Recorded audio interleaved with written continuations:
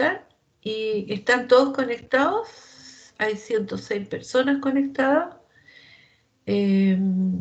Y vamos a partir. Bueno, ahora viene esta clase que es muy maravillosa porque va a hablar de unos organismos sumamente importantes y lamentablemente bastante depredados, ¿no?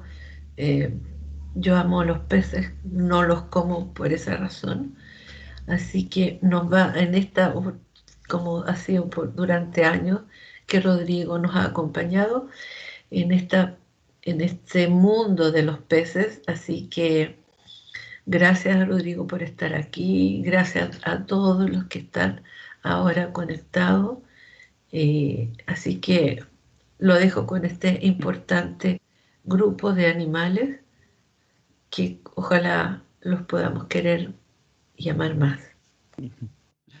Hola, buenas tardes a todos. Gracias por la presentación, Lili.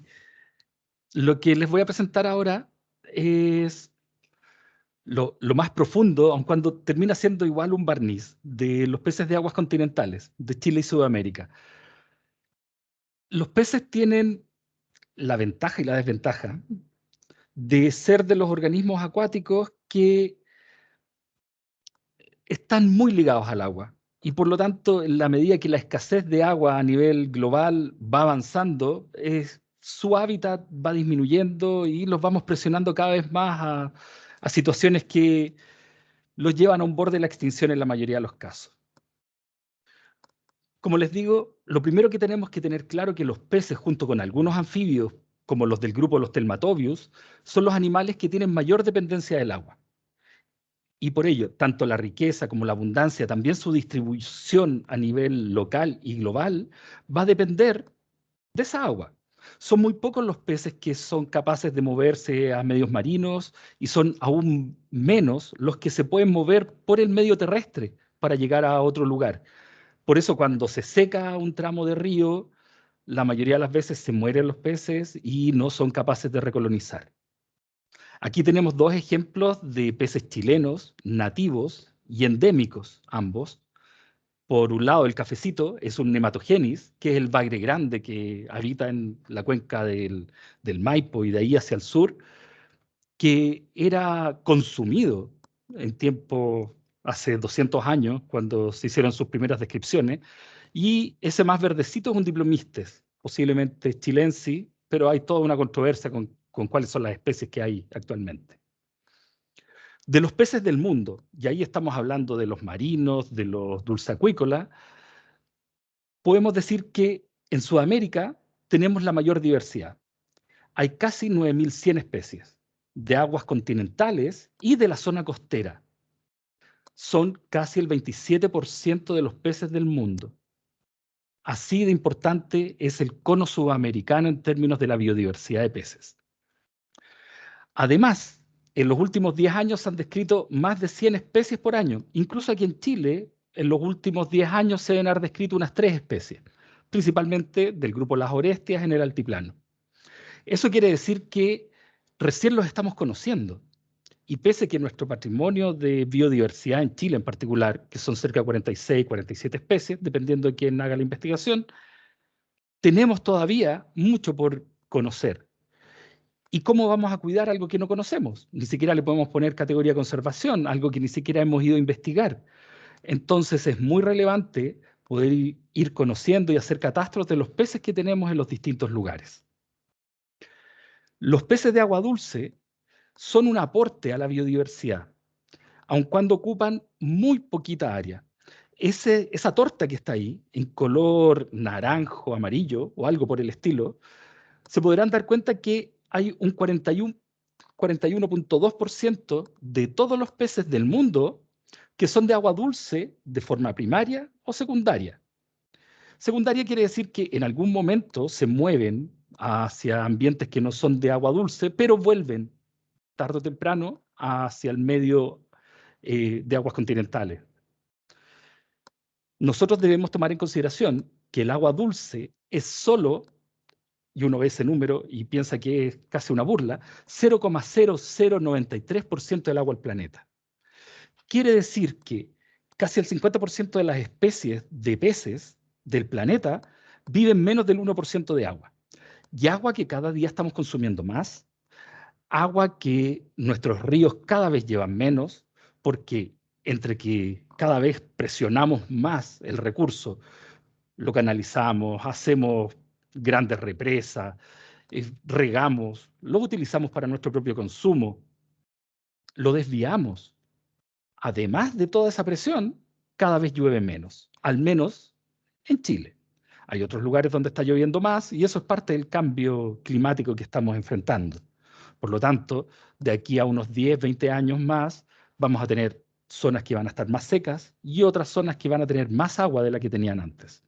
Pero un hecho claro, que donde había agua, lo más probable es que se vayan secando y por lo tanto vamos a tener cada vez menos área disponible para el desarrollo de estos animalitos.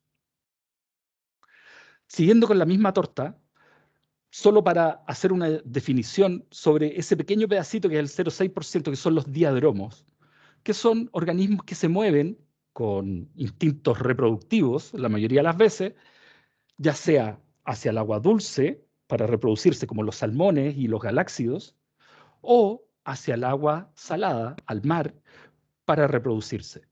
De los peces son muy pocos los organismos que se mueven hacia el medio marino para reproducirse. Tiene muchas complicaciones cambiarse de agua dulce hacia agua salada. En el caso de los salmones, cuando van creciendo, es el proceso de esmoltificación donde cambian todos los mecanismos osmóticos para poder resistir agua salada, cambiando desde el agua dulce hacia el agua salada. Por lo tanto, de los que se conoce que se reproducen en el mar, de los peces, solo las anguilas. Pero tenemos otros organismos que los deben haber visto hace poquito, como los camarones de río, el Crifiops camentarius, que se distribuye desde la zona centro-norte de Chile hasta el Perú, que es el camarón de río del norte, vive en el agua dulce y baja hacia el mar a reproducirse. Y ahí libera las larvas van creciendo y van teniendo un proceso en el cual van creciendo y metamorfoseando en la medida que va cambiando la salinidad hacia agua dulce. Es finalmente un proceso bastante complejo porque tiene que cambiar todo el organismo y la fisiología para poder cambiar entre estos dos medios. Otra cosa es este tercer grupo, que son los anfídromos, que se mueven entre el agua dulce y el agua salada sin instintos reproductivos. Y ahí podríamos mencionar las lisas. Las lisas las encontramos en los estuarios y hasta 10, 15 kilómetros de agua arriba, donde el agua es dulce, y están sin ningún problema. Pero ahí se mueven principalmente para alimentarse. En términos de qué es lo que determina la diversidad o la presencia de los peces, hay distintos niveles. Los primeros determinantes son a escala regional. Y ahí está la geología, el relieve, el clima. En el caso particular de Chile, debemos recordar que se levantó una gran cordillera aquí y nos dejó separados de todo lo que había al otro lado del continente sudamericano. Lo vamos a ver en un ratito más. En términos generales funcionamos como una isla. Pero esos determinantes geológicos que muchas veces van a cambiar las características de la calidad del agua, por ejemplo, yo estaba muestreando en unos ríos de la cuarta región donde un pequeño riachuelo tiene pH 2 de forma natural y el riachuelo que está ahí al lado tiene pH 10 y cuando se juntan, así como por obra de alguien que está ordenando todo esto, llega a pH 7, el neutro perfecto.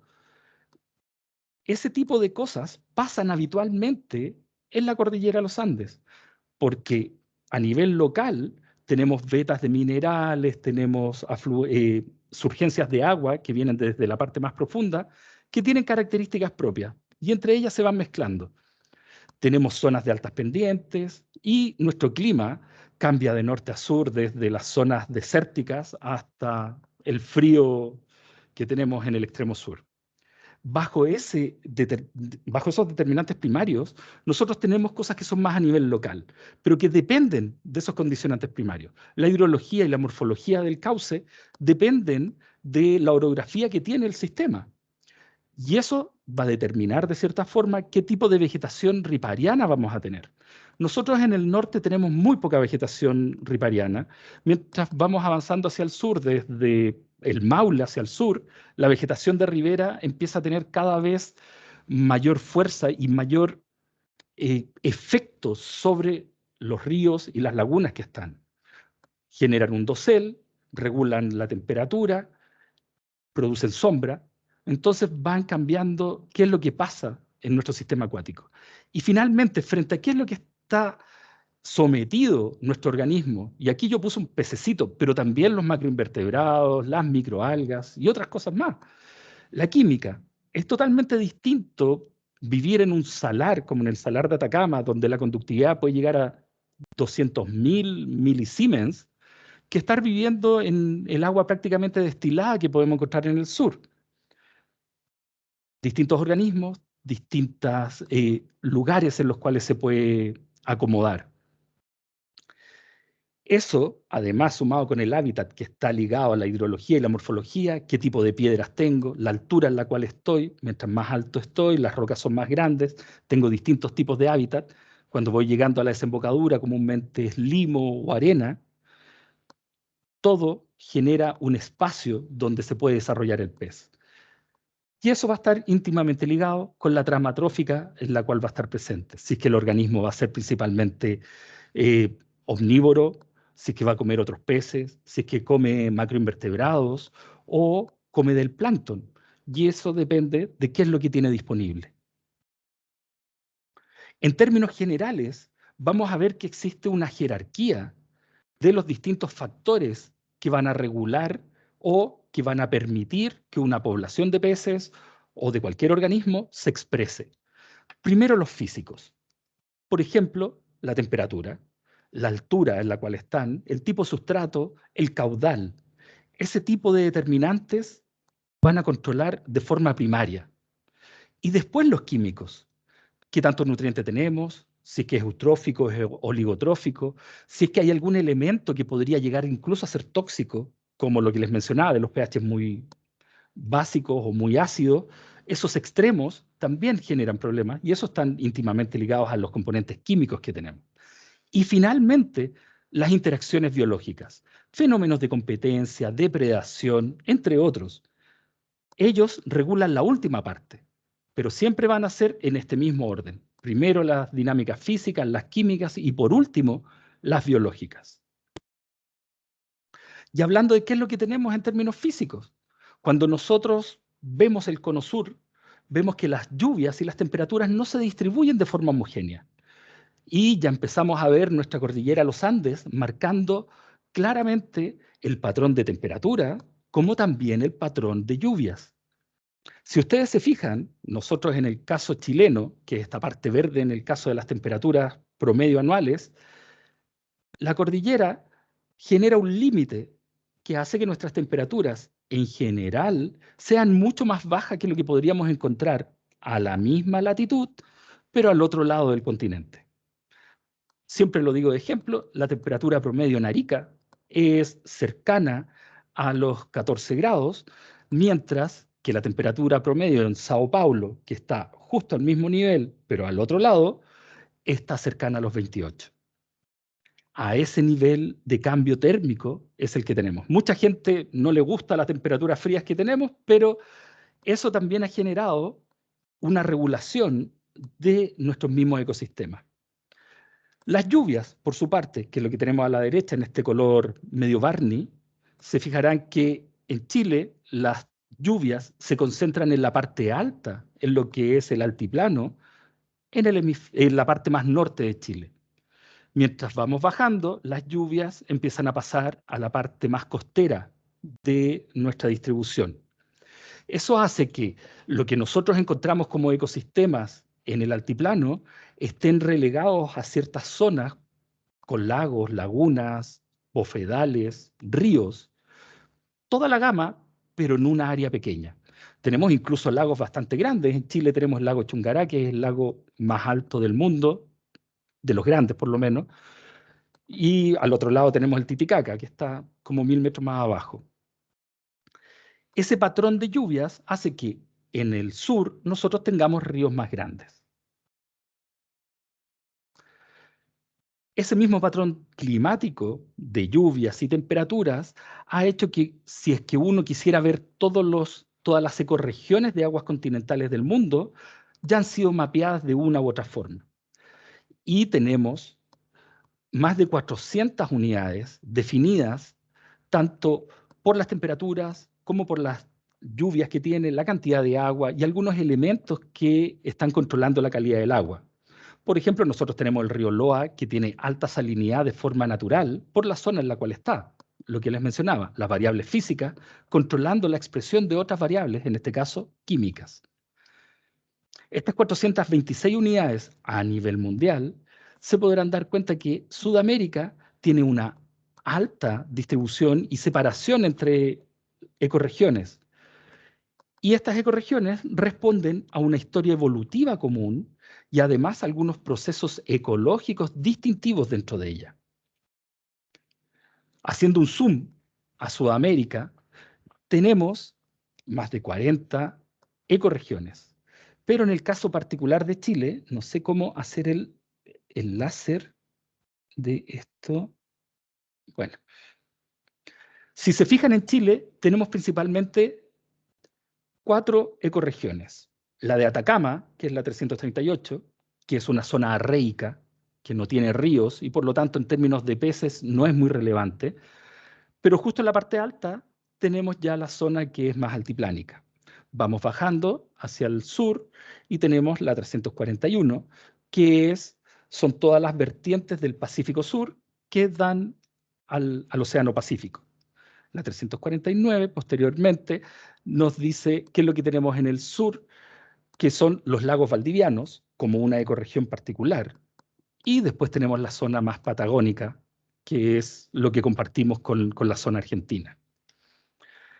Cada uno de estos sistemas tiene una biodiversidad que es particular porque comparten una historia común. Y solo algunos organismos han ido colonizando en épocas recientes y por lo tanto el proceso evolutivo ha sido casi único de cada una de las cuencas.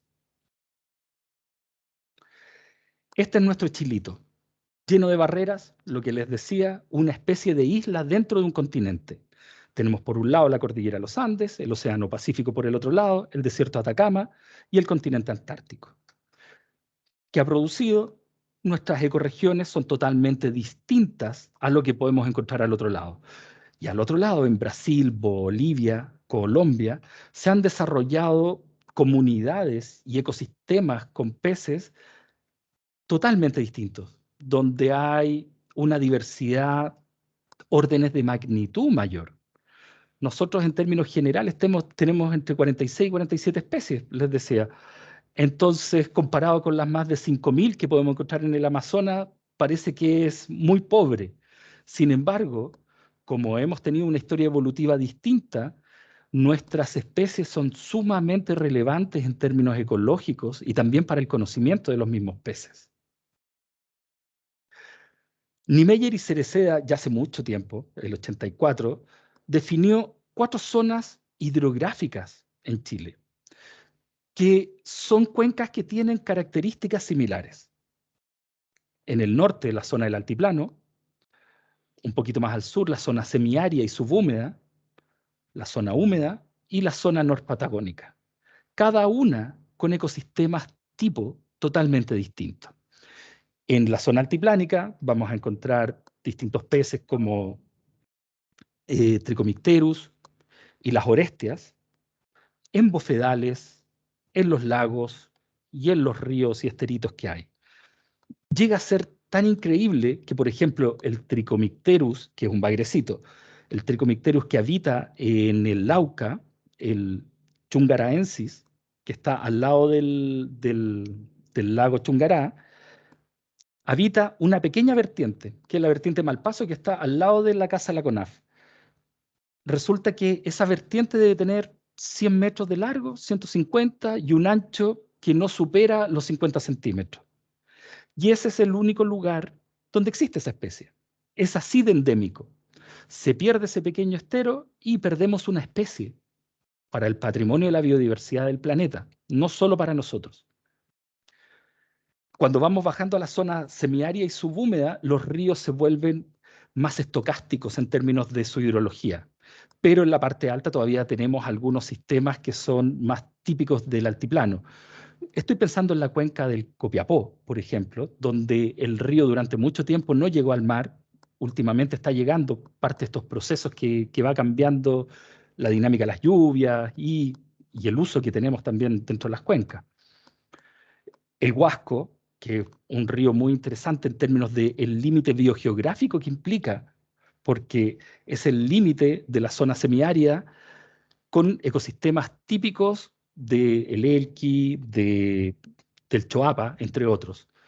En la zona húmeda ya las lluvias son mayores, los ríos son de mayor envergadura, tienen una zona estuarina que comúnmente permite la conectividad entre el agua dulce y el agua salada, lo que no nos pasa en la zona semiárida y subhúmeda. Muchas veces terminamos en una especie de humedal costero sin mucha conectividad entre el agua dulce y el agua salada, al menos en términos superficiales. Y en la parte norpatagónica ya los ríos son de una envergadura mucho mayor, tenemos zonas con meandros y caudales bastante grandes. En términos generales, y enfocado en Chile, nosotros tenemos muchas cuencas hidrográficas y todo lo que pasa en la cuenca va a repercutir en todo el ecosistema acuático que tenemos. Lo doy como ejemplo. ¿Cuántos neumáticos se cambian? Y se cambian por su desgaste. Todas esas partículas de goma, cuando llegan las lluvias, que llegan cada vez más esporádicamente, pero llegan al final, todas esas partículas terminan en nuestros ríos, y de nuestros ríos al estuario, y del estuario hacia el mar. Todo íntimamente conectado en términos de la hidrología que tenemos, que va cambiando, y de la disponibilidad de agua que tenemos. Por lo tanto, todo lo que pasa en la cuenca va a terminar afectando el ecosistema acuático. Y ahí debemos ser sumamente conscientes, porque cada vez que uno va a muestrear los ríos, se encuentra con el lamentable espectáculo de encontrar refrigeradores, neumáticos, sillones, colchones, de todo. Porque desde los inicios de la colonización nos hemos instalado al lado de los ríos por este efecto mágico que tiene, de que todo lo que dejamos en el río desaparece. Desaparece en la avenida, cuando se llevan nuestros desechos urbanos, cuando se lleva la basura que dejamos, y hemos considerado nuestros ríos como un gran vertedero al final del rato. Y eso repercute en todo lo que tenemos dentro del ecosistema acuático, que lamentablemente, distinto a lo que nos pasa con la vegetación y con las aves, es más difícil de visualizar.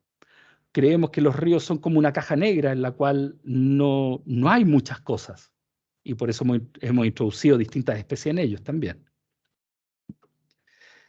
En términos de la distribución altitudinal, los ríos tienen distintas zonas, desde la zona del Creanón, que está en la parte más alta, la zona ritrónica con flujo turbulento, donde rara vez encontramos especies nativas, pero les fascina las truchas, y ahí es donde podemos encontrar truchas arcoíris, truchas café, entre otras cosas, que ese flujo turbulento, como el de la foto de arriba, implica que hay una mayor velocidad, hay un efecto de corte que es mucho mayor y por lo tanto arrastra casi todo lo que está ahí. Si no son buenos nadadores, terminan bajando en este refalín que, siempre digo, no hay otra zona en el mundo donde pasamos desde los 4.000, 4.500 metros de altura a los 0 metros en aproximadamente 200 kilómetros. Esto es un verdadero refalín, donde si es que no tiene algún mecanismo para afirmarse, lo más probable es que sea arrastrado hasta el final del lugar.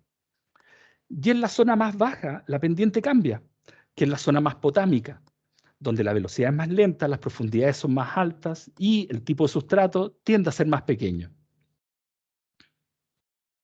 Aquí hay un pequeño resumen de lo que les mencionaba, la zona del Creanón, el Ritrón y el Potamón.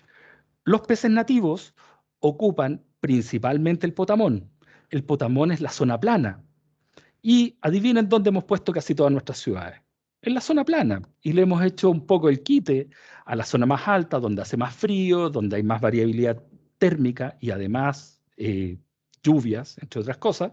Por lo tanto, hemos contaminado y hemos intervenido principalmente la zona en donde los peces podrían desarrollarse de mejor forma. Otra cosa relevante que pasa con la altura es que va cambiando la pendiente, y eso es sumamente notorio en casi todos los ríos chilenos. Cuando la pendiente es alta, el río va como un canal. La velocidad de flujo no permite que haya mucha modificación en el flujo y va prácticamente de forma rectilínea. Y es lo que encontramos en casi todos los sistemas de cabecera. En la medida que la pendiente va bajando, podemos encontrar algunos tipos de meandro y tal vez la zona de mayor biodiversidad, que son estas zonas de trenzado, que incluso eran lugares de rituales para el pueblo araucano por lo relevante que son en términos visuales, pero en términos biológicos son los que generan la mayor heterogeneidad del ambiente y por lo tanto los efectos competitivos y además la disponibilidad de alimentos permite que haya más especies presentes ahí, sin que haya mucha competencia entre ellos.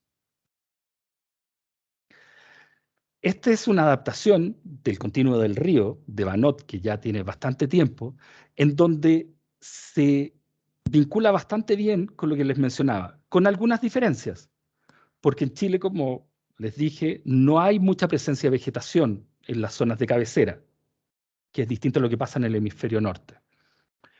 Nosotros tenemos poco aporte de material particulado en la zona alta, sin embargo los anchos son más bajos, las velocidades son más altas y los tipos de peces que podemos encontrar son principalmente truchas, tal como lo predicho por Banot.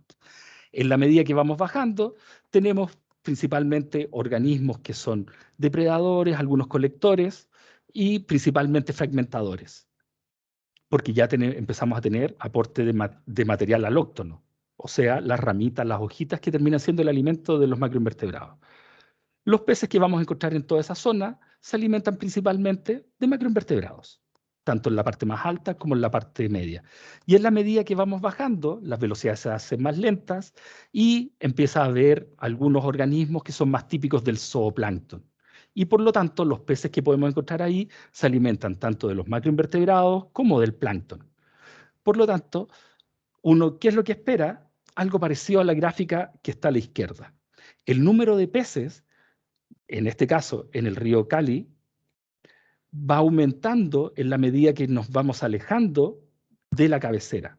En la cabecera son pocas las especies que toleran esa condición y en la medida que vamos bajando se vuelve más relajada toda la presión física primero y después la química y por lo tanto pueden haber más especies y se reparten el nicho o ese hábitat de una forma que permite que hayan 30 especies en ese caso. En el caso chileno, en la zona de la desembocadura del Maipo, por ejemplo, nosotros hemos encontrado 7 hasta 8 especies, porque ahí ya se empiezan a mezclar incluso las que son más propias del medio marino. Un avance al continuo del río y que es parte del proceso reciente y es por el efecto antrópico, porque uno ve el continuo del río como ya pasó a ser casi una ley. Sin embargo, nosotros hemos generado descontinuidades dentro del río, embalses, por ejemplo, o canales, bocatomas, entre otras cosas, o zonas urbanas que contaminan un lugar que ya no permiten esta continuidad que mencionaba Anot, que es el caso del medio. Pero además, nosotros, en la medida que vamos avanzando en nuestras cuencas y las vamos utilizando, y hay algunas que se secan y tienen una dinámica ya más propia, funcionan como una metapoblación, en términos de que tenemos algunas fuentes, otros sumideros, y se transforma en una red de metacomunidades, algunas desconectadas por algunos efectos antrópicos como las represas, otras desconectadas porque se hicieron canales, otras conectadas artificialmente por esos mismos canales. Es una dinámica totalmente distinta a la que hubiéramos tenido en un concepto más natural y más cercano a lo que esperaba Banot. Otra cosa relevante, también física, son los cambios en caudal. La mayor parte de los ríos de la zona central, por ejemplo, tienen un régimen que es mixto. O sea, cuando llovía, aumentan en caudal, y con la nieve que se acumula en la parte más alta, en el derretimiento de verano, volvía a aumentar, generando aumentos y disminuciones en la disponibilidad del hábitat asociados a este caudal. Yo siempre lo relacioné mentalmente con una especie de respiración del sistema, en el cual logramos abarcar un poco más, le damos hábitat distintos a distintas especies, disminuimos la presión por la competencia, y hay momentos en los cuales expiramos, expelemos un poco del aire y se achica el sistema. Pero esa dinámica es parte del proceso natural, en el cual la vegetación le empieza a ir mejor porque se inunda en una época y después es liberada para su crecimiento. Eso incluso está bastante bien documentado, que ayuda a la limpieza de algunas especies vegetales que son exóticas y que pueden llegar a cubrir completamente el lecho si es que está muy bajo, o a cubrir con algunas plantas acuáticas lo que es el río completo, cuando hay poco caudal. Respecto a los peces ya en particular, ya vimos cuáles son las variables principales que pueden controlar su distribución, su abundancia y su ecología en sí. Y ahora vamos a hacer una revisión de tal vez las especies más relevantes o los grupos taxonómicos más relevantes que podemos encontrar. Pero quería hacer un pequeño homenaje, que es la primera vez que lo hago en el curso, a tal vez los investigadores de peces más relevantes que tuvimos, que es la pareja de Rosa Smith Egeman con Carl Egeman, que en el 800, a fines del 800, se dedicaron a describir gran parte de los peces que tenemos en Ecuador, en Brasil, en Chile y en Argentina, recorriendo nuestros países en este afán por ir encontrando cuál es la diversidad real que tenemos en los ríos. Y ahí puse algunos de los libros y publicaciones que ellos generaron. Pero en este mismo afán, me empecé a encontrar con más de la historia. Yo admiraba mucho a Carl Egeman, pero a quien terminé admirando así con devoción total es a Rosa Smith Egeman, que es la primera mujer ictióloga de Estados Unidos. Ya a los 22 años estaba publicando y había encontrado una especie ciega dentro de las cavernas de los lugares donde ella vivía. Describió más de 150 especies y lamentablemente dejó de investigar cuando se casó con Carl Egeman y se dedicó a cuidar los 5 hijos que tuvieron entre ellos dos. Una pérdida para la ictiología, porque ahí pueden ver una foto de 1800 con toda su tenía de ir a investigar en los ríos. Yo encontré que una mujer más que admirable. Y Egeman me dejó de caer también porque la pobre señora Rosa Smith le siguió editando los libros, cuidando los peces, cuidando a los niños mientras él se iba de viaje, y no la ponían ni siquiera de coautora posteriormente. Así que dejé de admirar tanto al señor Carl Egeman. Sin embargo, su aporte de ambos es muy importante para entender la biodiversidad de nuestros ríos. Vamos a partir con algunas familias y especies de agnatos. Los agnatos no tienen en esencia mandíbula. Se consideran vertebrados pisiformes, pero no son estrictamente peces, ya que no tienen mandíbula y por lo tanto, aun cuando tienen dientes, no tienen parte de los aparatos que son básicos de un pez. No tienen escamas tampoco, el cuerpo es alargado y no tiene dentículos. Tiene algunas aletas impares desarrolladas y no tiene aletas pares, que son las aletas pectorales, por ejemplo. Las mandíbulas están reemplazadas por una gran lengua, tiene ojos pares y un pequeño ojo pineal justo en el medio, y el esqueleto es más bien cartilaginoso, no calcificado. Y tenemos dos familias, Petromyzontide y Mordácide, con Geotria australis y Mordacia lapicida. Son las lampreas. Pueden ver los dientes de un adulto en la parte superior izquierda, con los cuales se adhiere mordiendo a los peces en su estado adulto, que es la forma en que tiene de vivir es un parásito. Con la lengua horada la carne del pez y se alimenta de sus fluidos. Las lampreas crecen en agua dulce, pero se van a reproducir al mar. O sea, perdón, al agua dulce, donde tienen una serie de larvas, entre ellas las mosetes, y metamorfosean. Uno las puede encontrar, como en el dibujo del lado derecho, uno podría confundirlas con lombrices si es que uno las mira muy rápido, porque no tienen forma de pez y mucho menos de este animal que termina siendo en estado adulto. Nosotros tenemos las dos especies, la lamprea de bolsa, que es la mordaza y la geotria, que tienen distribución circumpolar, o sea, compartimos las dos especies con la parte sur de Australia. Después pasamos a un grupo que no está en Chile, pero que podemos encontrarlo principalmente en Brasil y en Colombia, que son los osteoglóssides. Son peces muy antiguos que tienen una lengua que es de hueso, de ahí viene su nombre, del osteo-hueso y el gloso, o sea, dice hueso y hueso, y el gloso que es la lengua. Tenemos la clase Actinopterygide, orden Osteoglossiformes y de la familia Osteoglossidae. Son bastante grandes. Nosotros en Chile, nuestros peces no superan los 20 o 30 centímetros de largo en longitud. Son mayoritariamente pequeños los peces chilenos, mientras que estos peces pueden llegar a grandes tamaños, pero en ríos mucho mayores. Y tenemos estas dos especies, la aragua, que es el Osteoglossum, y la arapaima, que es la Arapaima sp. Puede alcanzar 90 centímetros de largo y 6 kilos de peso. Y una de las gracias que tiene es que son capaces de respirar aire. Salen a la superficie y por lo tanto pueden estar en lugares donde la presión parcial de oxígeno puede llegar a ser muy baja. En términos evolutivos, es sumamente antiguo.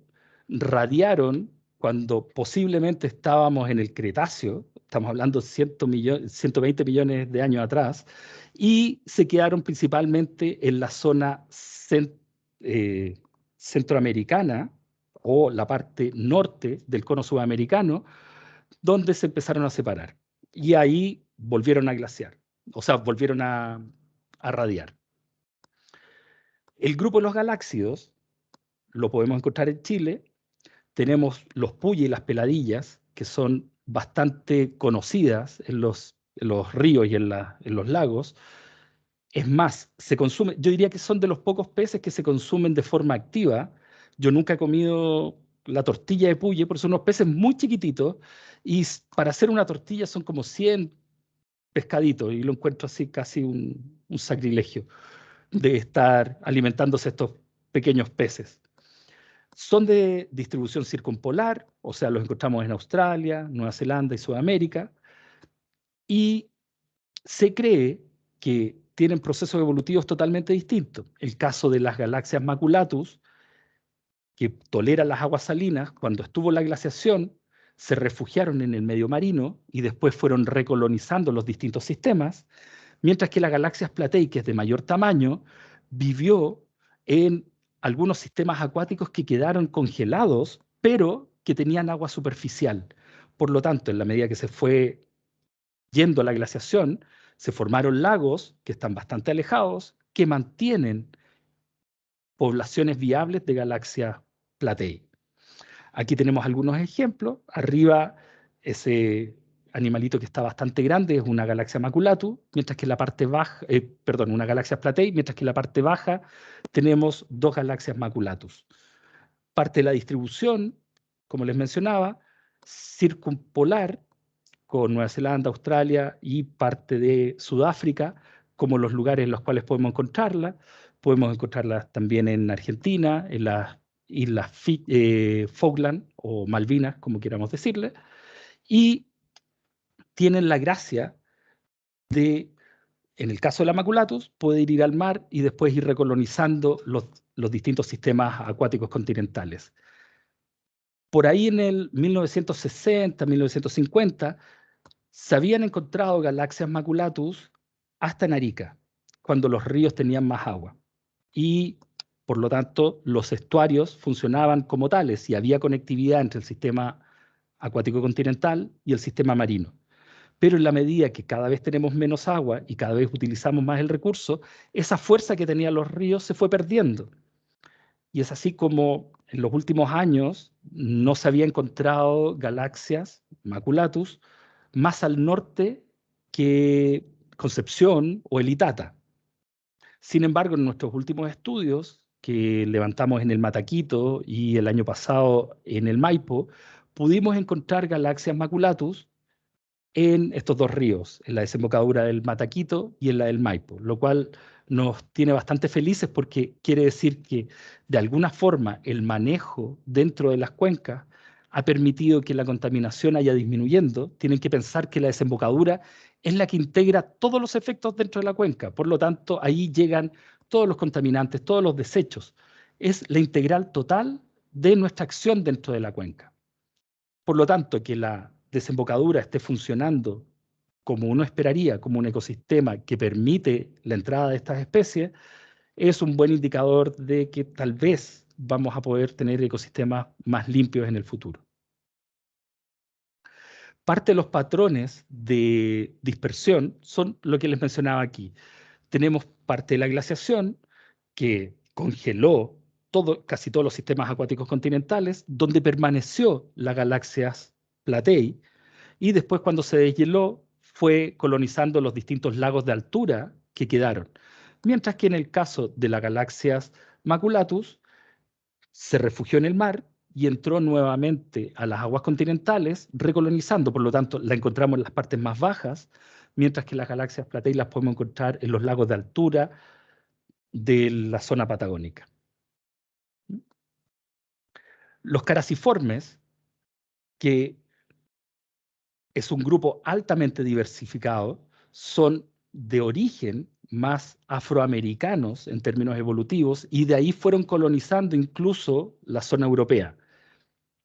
Podemos encontrar gran variedad de peces en el cono sudamericano, sin embargo, en términos de Chile tenemos pocas especies. Su característica principal es la presencia de una adiposidad o una aleta adiposa en la parte dorsal, entre lo que es la aleta caudal, que es la aleta final del pez, y la dorsal, que es la aleta como de tiburoncito. No tienen bigotes en general, y ahí les pongo un ejemplo de un caraciforme, que son las pirañas. Las pirañas son varias especies, Rodrigo, géneros, ¿sí? Rodrigo, perdona que te interrumpa. ¿Sí? No sé si estoy yo mal, pero no sé. Quedamos en las galaxias, está la presentación. ¿Sí? ¿Y Sí, pasó un cono sudamericano con unas corrientes? Ahí sí, se ese ve, sí, sí. ¿sí? Y Eso, aquí en eso no estamos, aparece. en eso estoy detenida. En los caraciformes, en esto, donde está la piraña en la manito. ¿Nadie No, más ve la pirañita? no. Uy, y Pasa a la siguiente, a ver. está pegado en eso entonces, a ver. Dominique, Liliana, yo creo que debe ser tu señal, porque acá lo que veo en el chat y yo vemos pasar bien las diapositivas. oh, ya, entonces soy yo. Ok, Lo siento, Lili. sí, sorry. Te perdiste la piraña. Como les mencionaba, las Estuve pirañas, pescando, perdón, estuve ¿sí? pescando, no, yo no, porque no, pero estuve ahí pescando piraña en el Río Negro, que es un tributario del Amazonas. Tal como dice Liliana, las pirañas están en todo el cono sudamericano, menos en Chile, porque tenemos las grandes barreras de nuestra cordillera. Son varios géneros los que agrupan a las pirañas, que son estos peces que pueden comer otros peces, aves y casi cualquier animalito que caiga en el río. Nosotros en Chile tenemos a la pocha, y entre ellas tres especies: Queirodon pisciculus, Queirodon gallus dae y Queirodon australe. En términos generales, las podemos distinguir, son unos peces muy chiquititos, pero son distinguibles, por ejemplo, de las gambusias, que también tienen como una guatita plateada, porque ellas tienen este lunar negro en la parte de la cola. Y ese es como lo más distintivo que tienen, comparativamente con las especies introducidas que uno podría confundir. Para diferenciar, también tenemos una pocha que es introducida desde Argentina, que se puede diferenciar en términos de la forma. La nativa es más alargada y menos redondeada. Habitualmente la podemos encontrar en cardúmenes pequeños de no más de 20 individuos, en zonas bajas y ocultándose en la vegetación lateral, pero vegetación acuática. Tal vez uno de los grupos que más me gusta es el de los siluriformes, que son todos los peces gato. Tienen algunas características básicas que los diferencian de los otros peces. Primero, no tienen escamas. Por eso hacer estudios de edad en ellos es bastante complejo. Cuando uno ve la edad de los peces, comúnmente va contando los distintos anillos que tienen las escamas, al igual que se hacen los árboles. Pero en el caso de los bagres en general, no tenemos escamas para hacer esto. Y por lo tanto, la mayoría de las veces hay que sacrificar a los individuos para ver los otolitos que está dentro del oído, y se forman anillos muy, muy parecidos. Tienen bigotes pareados que pueden ser 2, 3 pares, incluso hasta 4 pares. En términos de su distribución y de su origen, se cree que son más bien del Cretáceo y tienen un organismo que es basal a todos, los peces gato, que es el Diplomistes, que es un género que podemos encontrar incluso en Chile. Son altamente diversificados y poseen distintas adaptaciones al medio en el cual viven. Por ejemplo, ahí tenemos el candirú, que es la Bandelia cirrosa, que es un pez parásito, hematófago. Le llaman pez vampiro, y este es el pez por el cual a uno le dicen que no debe orinar dentro de los ríos amazónicos, porque puede subir y afirmarse en la uretra. También tenemos peces de aguas subterráneas, como en el caso de la prietela, que está en México, que es completamente ciego. Y cuando digo completamente es que no tiene desarrollados los ojos, porque son innecesarios en el medio en el cual él habita. En Chile tenemos el Diplomistes, que como les mencionaba es un fósil viviente, considerado en los estudios filogenéticos como el género basal al resto de los siluriformes del planeta. Muy cercano a él, de la familia Nematogenidae, el Nematogenis inermis, que era el pescadito que les mostraba en un principio cuando les mencionaba la gran dependencia que tienen los peces al medio acuático, que es principalmente chileno, aun cuando hay algunos registros en Argentina, y es una familia que tiene solo una especie, un género y una especie. El grupo más diversificado que tenemos en Chile es el de los Trichomicteridae, donde tenemos el Trichomicterus ribulatus en el altiplano, el Trichomicterus chungaraense, que les mencionaba que también está en la vertiente Malpaso, Trichomicterus areolatus, que tiene una gran distribución desde el Huasco hasta las islas de Chiloé, las Buloquias, que la encontramos principalmente en el río Andaliel, que es como una mezcla es como un Trichomicterus muy estilizado, y la Hatcheria, que son los bagres de la Patagonia. Aquí podemos ver las distribuciones tal vez de los grupos más importantes, lo que conocíamos antiguamente como Diplomistes chilensis, y en estos momentos hay todo un debate con respecto a la asignación de las distintas especies. Diplomistes chilensis, históricamente descrito por Molina a mediados del 1800, previo a la llegada de Egeman a Chile y la descripción de varias especies, Molina lo encuentra en Valparaíso y dice que está en los afluentes de Valparaíso. Es un poco truculento como él lo obtiene, porque finalmente lo compra en el mercado central, o sea, en el mercado de Valparaíso, y lo describe como parte de la zona. Dice que es una de las mejores carnes que ha comido, entre otras cosas. Eso es lo que está en el escrito de él. Hay que pensar que los naturalistas de esa época tenían una visión totalmente distinta a la de nosotros. Diplomistes habitaba originalmente la Concagua y el Maipo, y posiblemente el Rapel. Actualmente se considera extinto. Nosotros tenemos un pequeño proyecto que durante este año, pero por la pandemia nos hemos demorado un poco más, donde vamos a hacer un catastro completo de la cuenca a ver si es que logramos encontrar el diplomiste. O sea, nuestra única intención es encontrar diplomistas y hacer un pequeño libro con los peces de la cuenca del Maipo. Pero la intención primaria es ver si es que logramos encontrar esta especie, porque sería el primer pez extinto que tenemos en los últimos años. Ojalá que lo encontremos. Rodrigo, ¿Sí? Rodrigo, ¿te puedo interrumpir? Por Hay supuesto. una pregunta acá donde dice si los bagres son los que pueden pasar por tierra de agua a otra. En algunos casos, los Trichomicterus, sobre todo el Trichomicterus areolatus, yo lo he visto reptar. Tiene un mechón, dos mechones de espinitas que finalmente las ocupa casi como pies. Hay algunos bagres no chilenos que se movilizan.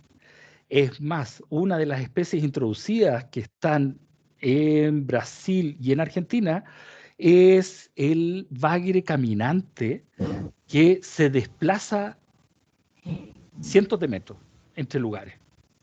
Entonces tienen varias adaptaciones. Trichomicterus areolatus puede estar fuera del agua por 10, 15 minutos. Entonces se puede mover entre charcos de agua cuando se desecan.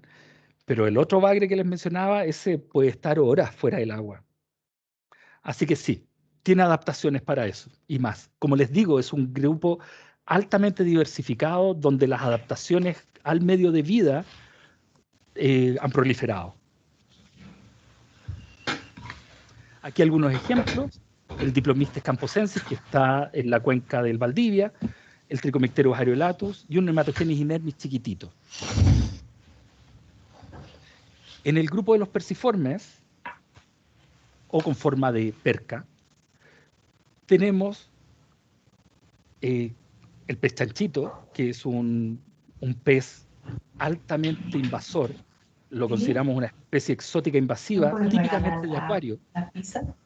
Y fue introducido a los sistemas acuáticos continentales chilenos y hasta ahora no se ha podido sacar. Empezó en el Rapel, lo hemos encontrado también aquí en el Maipo y últimamente en el Aconcagua también se encontró. Y es altamente voraz. Entonces, terminó siendo hasta más complejo que las truchas que habitualmente nosotros teníamos como animales introducidos. El grupo de los perciformes son cerca del 40% de los peces del mundo, son el orden más grande de vertebrados y generalmente tienen una aleta dorsal con una base amplia. Se pueden fijar en el caso del chanchito que su aleta dorsal llega prácticamente hasta el pedúnculo caudal. En Chile tenemos las percas, que es la Persistis trucha, la perca trucha, y la Persistis melanops, que es la perca negra. Y también tenemos un pequeño grupo de las persilias, la Persilia aguilici y la Persilia irwini. A las persilias se les denomina carmelitas, porque se ponen coloraditas, y la gente del campo les llamaba carmelita en esa época. De los ciprinodontiformes, nosotros tenemos peces con aletas radiales, integrados mayoritariamente por peces muy pequeños, que hay grandes diferencias entre los organismos que uno puede encontrar, las poecilias, entre otros, y están estrechamente relacionados a los pejerreyes, que es el grupo de los ateriniformes. En Chile tenemos las orestias, que es un grupo altamente diversificado en el altiplano. La profesora Irma Vila ha sacado varias publicaciones en las cuales describe nuevas especies y también describe cuáles son las relaciones entre ellos. El grupo de las orestias es muy divertido, es muy llamativo en términos de su especiación. Ellos habitaban lo que era el paleolago, que era la unión de casi todos los salares que tenemos, el de Uyuni, el de Atacama, algunos lagos como el Chungará y el Titicaca, que ese era un gran lago que existía en la altura, donde estaban estos pececitos, las orestias, las corvinillas que le llaman. En Chile, parte del proceso de desaparición de este paleolago es que se generaron pequeños sistemas, como el lago Chungará, los distintos salares y algunos ríos pequeños. Por lo tanto, en cada uno de ellos fue especiando una orestia, por la alimentación, por el tipo de presiones ambientales en las cuales estaba sometido. ¿Qué generó eso? Una radiación, pero por alopatría. ¿Qué quiere decir eso? Que por la separación y ya la ausencia de conexión y por lo tanto ausencia de reproducción entre las distintas subpoblaciones, fueron generando nuevas especies. Mientras que en el Titicaca, en simpatría, o sea, por procesos de competencia, también fueron radiando y tienen más de 20 especies dentro del mismo lago. Por lo tanto, tenemos ejemplos muy cercanos de especiación de distinto tipo. Como unidad de investigación es muy llamativo. El grupo de los ateriniformes, que son los pejerreyes, como les mencionaba, aquí tenemos un ejemplo que es el Odontestes bonaerensis, que es el pejerrey argentino, típico del río de la Plata, ya en la desembocadura.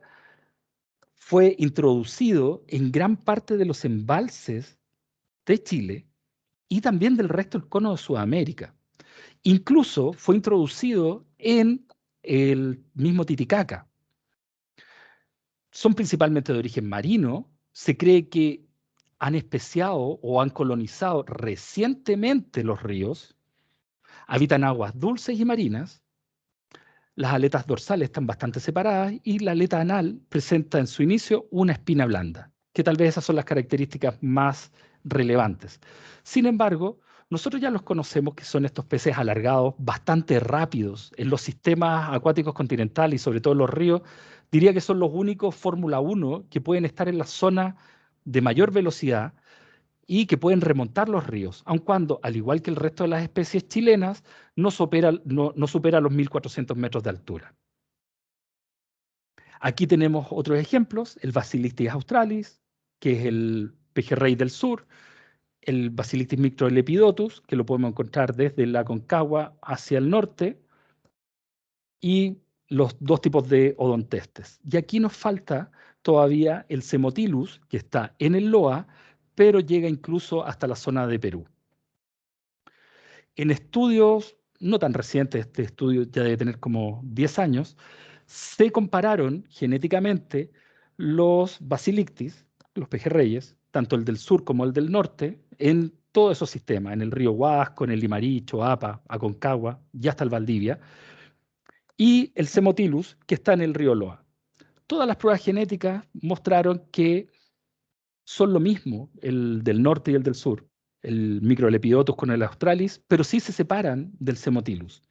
¿Qué es lo que nos quiere decir esto? De cierta forma, en estas cuencas que están todas separadas, de todas maneras, mantenemos cierto nivel de cohesión. Tal vez algunos organismos vuelven al mar, se reproducen, entran en otra cuenca, pero hay cierto nivel de cohesión genética que permite decir que son una misma especie estos dos.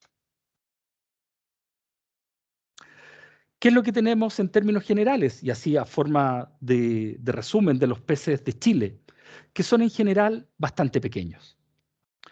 Tenemos 45 especies, 47, como les digo, dependiendo del estudio que uno vea. Tienen un ejemplo, ahí hay una carmelita en la mano de alguien. Ese es como el típico pez chileno. Pequeño, de colores tal vez no tan llamativos, exceptuando la carmelita, y casi todos en peligro de extinción. De estas 45 especies, 25 son endémicas de Chile, o sea, solo están en nuestro territorio. Y en la mayoría de los casos están restringidas solo a un ecosistema o a unos pocos. Por lo tanto, esa distribución que tienen los hace muy susceptibles a desaparecer incluso de la biodiversidad nacional. ¿Qué otras características tienen? La mayoría se alimentan de macroinvertebrados, debido a que no hay mucha disponibilidad de vegetación en nuestros ríos, por lo tanto, la adaptación los ha llevado o los ha obligado a alimentarse principalmente de lo que tienen disponible. En términos de la diversidad que tenemos a nivel nacional, aquí tenemos el número de especies por cada uno de los ecosistemas. Este trabajo de la profesora Irma Vila, que ya es un poquito antiguo, tal vez habría que actualizarlo con algunas especies más. Sin embargo, nos muestra el patrón general. Se fijan que es casi una curva normal, o podríamos decir que las mayores riquezas de peces se dan en el Valdivia, en el Biobío, el Andaliel, que está al lado del Biobío, y el Maipo. Todo esto está sesgado por la presencia de las universidades que se han dedicado a estudiar los peces más cerca. Valdivia, la Universidad Austral, Biobío, la Universidad de Concepción, y el Maipo por la Universidad de Chile. Por lo tanto, nos falta mucho por conocer. Es altamente probable que encontremos nuevas especies en la medida que vayamos buscando o haciendo estudios genéticos de las mismas. ¿Qué es lo que encontramos como especies nativas en la zona central? Antiguamente las lampreas. Por ¿Te supuesto. puedo interrumpir antes que pase a esta maravilla que nos va a decir? Que hay una pregunta que me hace Camila, yo la quería dejar para después, pero creo que es bueno aclarársela. Dice, ¿el Diplomystes chilensis tiene algún rasgo característico? Porque he visto mucho en esteros, pero no sabría si es que el que se refiere como extinto.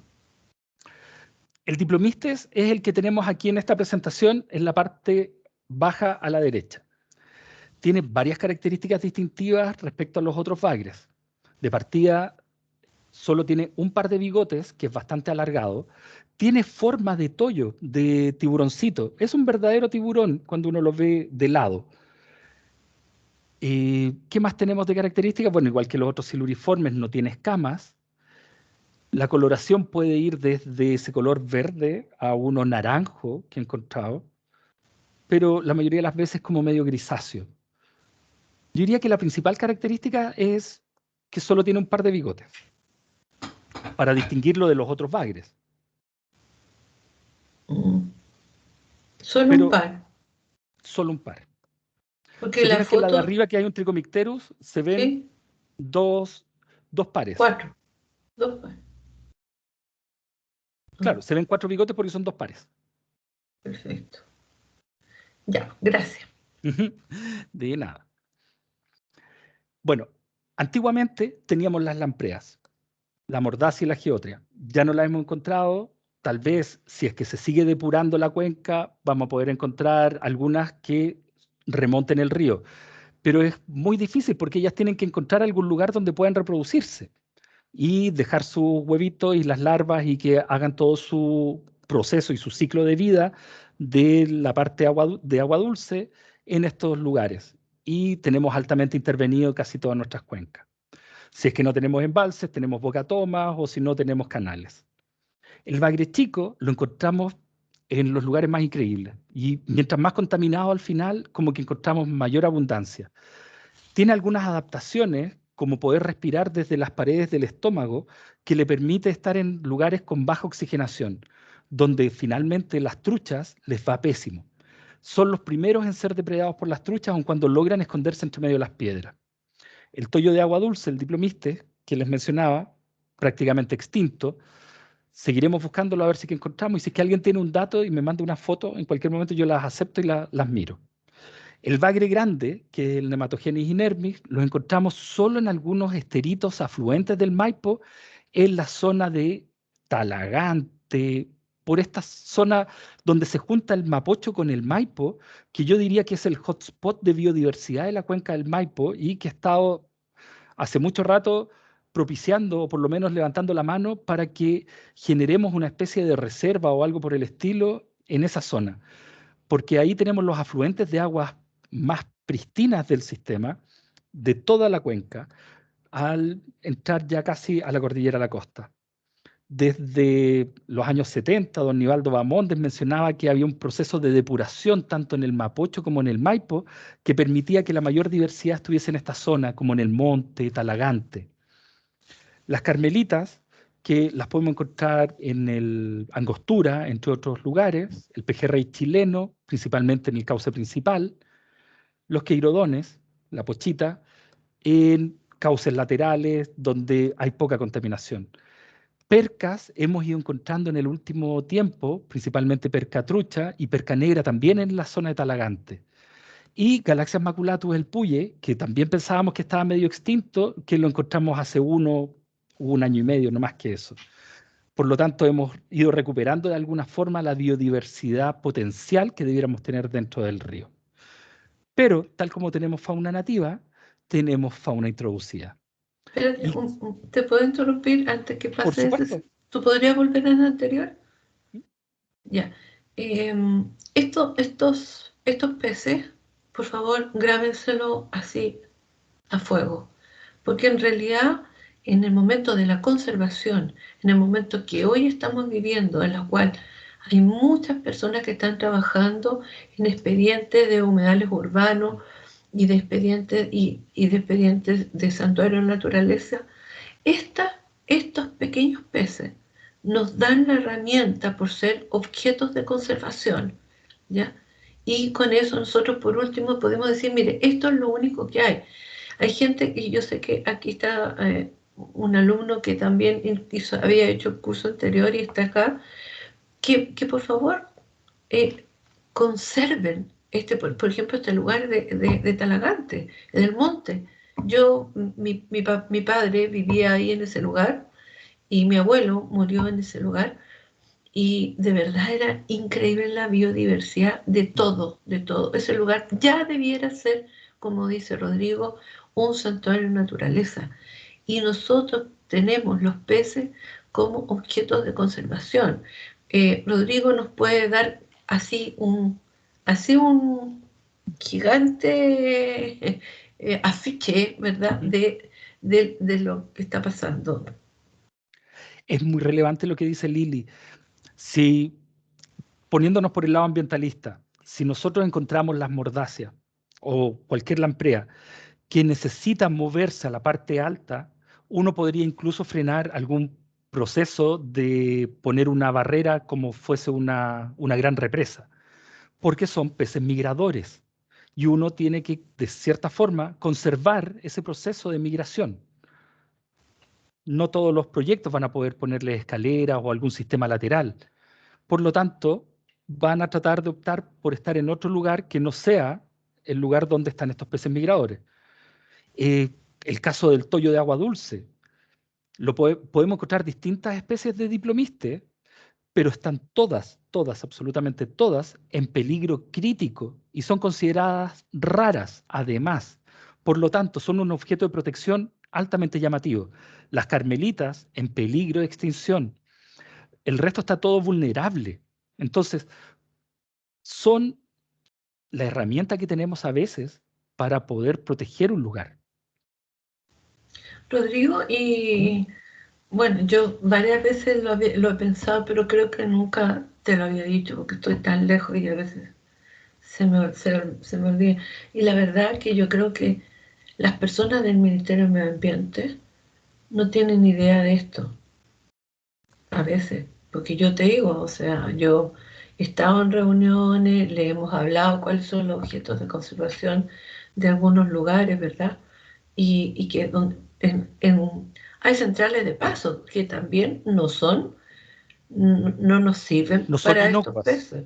no, no, y hablemos de cosas más terribles. Y la extracción de árido en los ríos son verdaderas bombas atómicas dentro de los ecosistemas.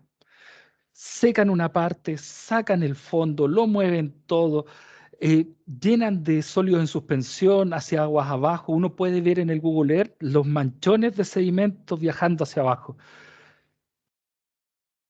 Y de Y ahí para arriba. también, yo también aquí agradezco porque yo sé que hay una persona del Ministerio, una o dos personas del Ministerio de Medio Ambiente y del Servicio de Evaluación Ambiental. Mm.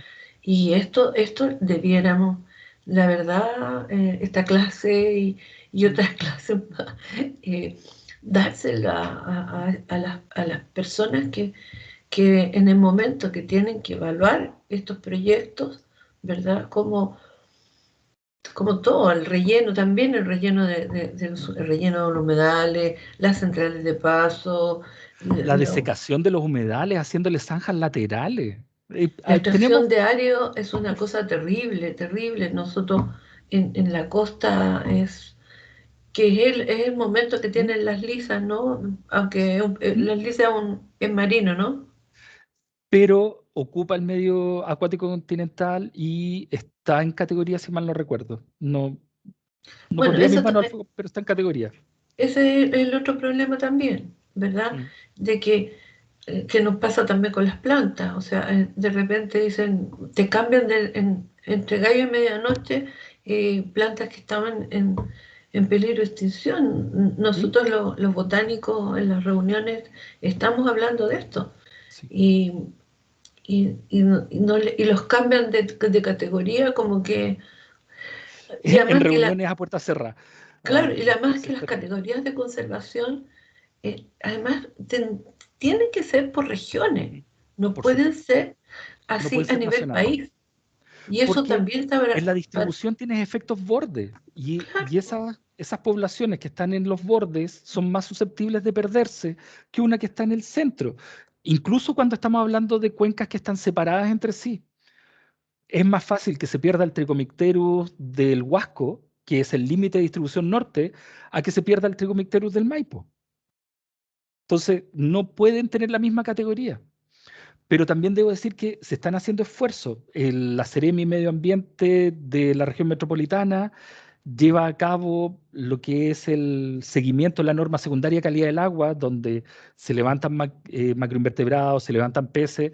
No, de esa tengo claridad porque llevo como 2 años o un poco más levantando esa información y damos talleres y otras cosas para mostrar los peces, los macroinvertebrados que están, cómo está la salud del ecosistema. Pero, pucha, son como 3 o 4 cuencas las que tienen normas secundarias. Nos faltan casi todas. ¿Para qué hablar de las cuencas costeras? Que esas no tienen esperanza de estar normadas, porque son todas chiquititas, porque las ocupan completas para los paltos, no sé. Es bien complejo, pero hay que seguir. Y ojalá que se vayan mejorando los sistemas, por lo menos en lo que era la contaminación orgánica, que antes, yo ya tengo casi 50 años, entonces recuerdo cuando el Mapocho tenía mal olor. Actualmente tiene poca agua, pero antes olía a desagüe. Y eso era lo que hacíamos con nuestros ríos, ocuparlos de desagüe, ocuparlos de basurero, de vertedero. Tenemos que hacer que los ríos se integren a nuestra sociedad, que los humedales que generan lateralmente o en la parte final sean resguardados tanto para las aves como para los peces, como para todo el ecosistema. Si esto, la visión parcelada que tenemos en términos de la autoridad nos genera este gran problema, porque termino diciendo que hay que cuidar los bichitos porque son el alimento de los peces que están en categoría de conservación. Entonces tengo que darme una vuelta larga para decir que hay que cuidar un ecosistema. Y el ecosistema tiene un valor per se, a mi parecer, no solo los beneficios que nos da. Aquí tengo una pregunta también que dice que si se justifica la intervención de un humedal para hacer ecoparque. No sé a qué se refiere Tamara mucho, pero es como bastante general. Yo creo que se justifica la intervención de cualquier ecosistema si lo hacemos de forma racional.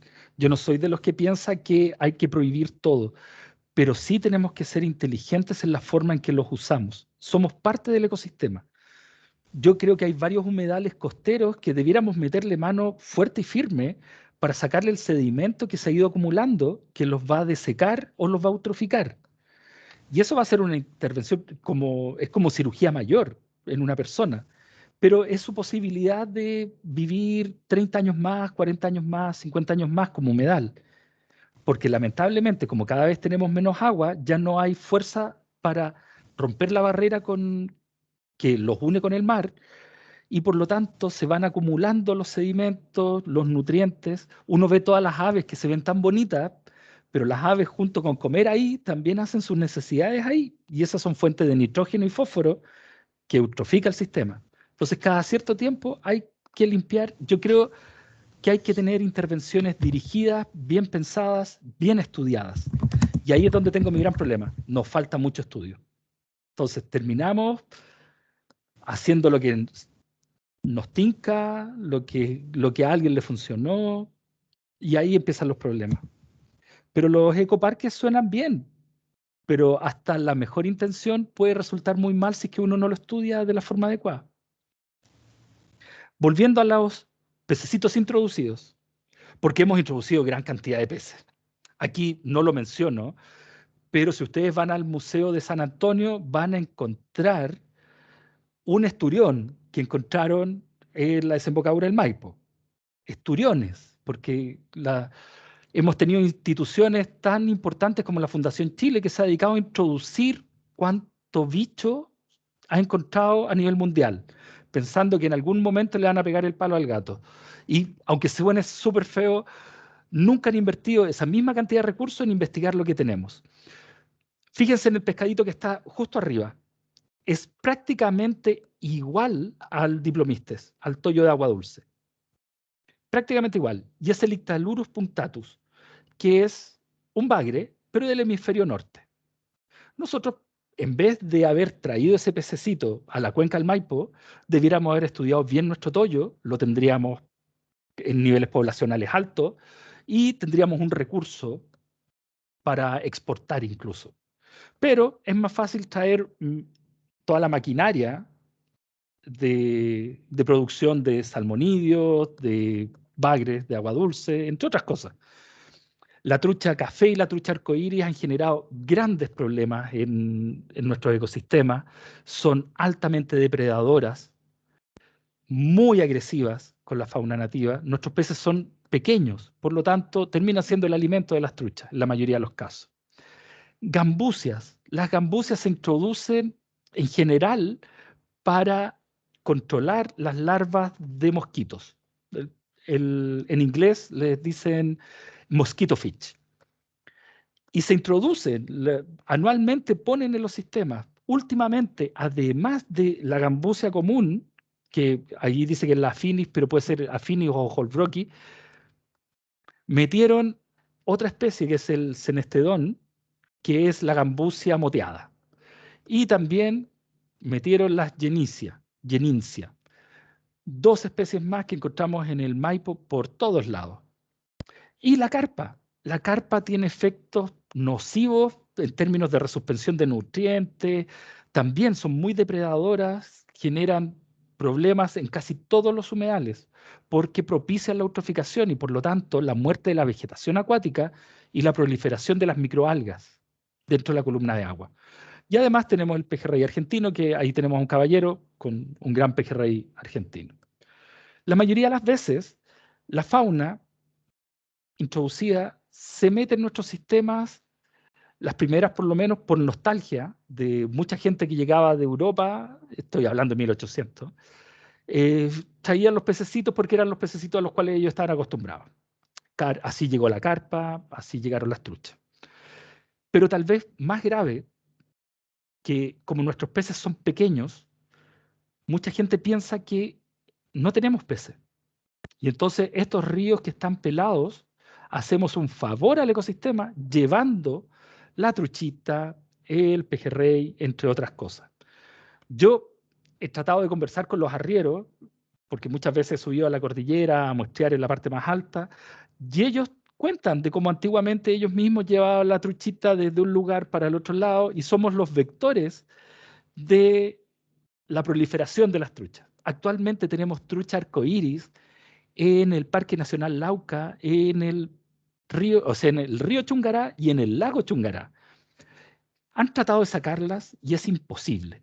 Imposible, porque una vez que una especie exótica invasiva se mete en un ecosistema, casi no hay vuelta atrás. No les voy a contar lo mucho que peleé hace años para que consideraran a las truchas especies exóticas invasivas, porque mucha gente piensa que son nativas y hay otra gente que piensa que son un recurso. Y por lo tanto, si son un recurso, ¿cómo van a ser invasivos? Pero lo logramos y está en el listado de las especies exóticas invasivas a nivel nacional. A nivel internacional, evidentemente, estaba. Pero así hemos tratado nuestros ecosistemas metiendo pececitos pensando que no hay peces. Como anécdota, en la época de Augusto Pinochet y cuando teníamos problemas con los argentinos, se metieron trucha en casi todos los ríos hacia el sur, por si acaso teníamos una guerra, tuviesen alimento los soldados que iban a ir a pelear. Es esa la mentalidad que tenemos. En términos ecológicos, al igual que otras especies, los peces están limitados por las características ambientales. Lo que les mencionaba, variables físicas, variables químicas y algunas variables biológicas. En términos generales, esto uno lo puede ver en forma energética. Ya les mencioné que los peces nativos se alimentan principalmente de macroinvertebrados y de otros peces. Y los macroinvertebrados de la materia alóctona que viene de la zona lateral.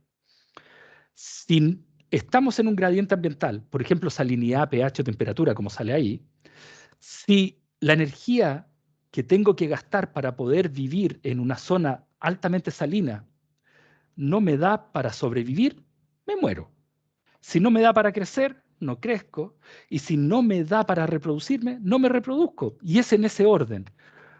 Finalmente, la población de peces va a desaparecer de la zona que no es de confort debido a que energéticamente no es sustentable. El balance energético o le impide reproducirse, por lo tanto no va a haber una nueva generación, o no le permite crecer, por lo tanto se va a quedar chico y posiblemente se va a morir, o ya en los niveles extremos genera mortalidad directamente. Y eso es con respecto a todos los gradientes ambientales.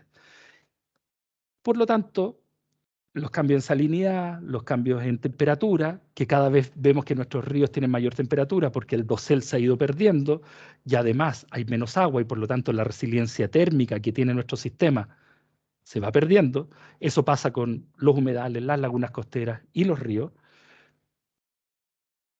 Vamos haciendo que el gasto energético de los individuos que están dentro estén más al límite y por lo tanto sea más fácil que vayamos perdiendo esas poblaciones locales.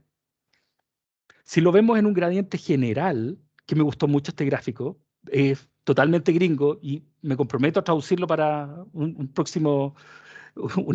próxima ocasión, podemos ver que en los No, distintos pues, lagos de Norteamérica, momentito, ¿te puedo ¿Mm? interrumpir?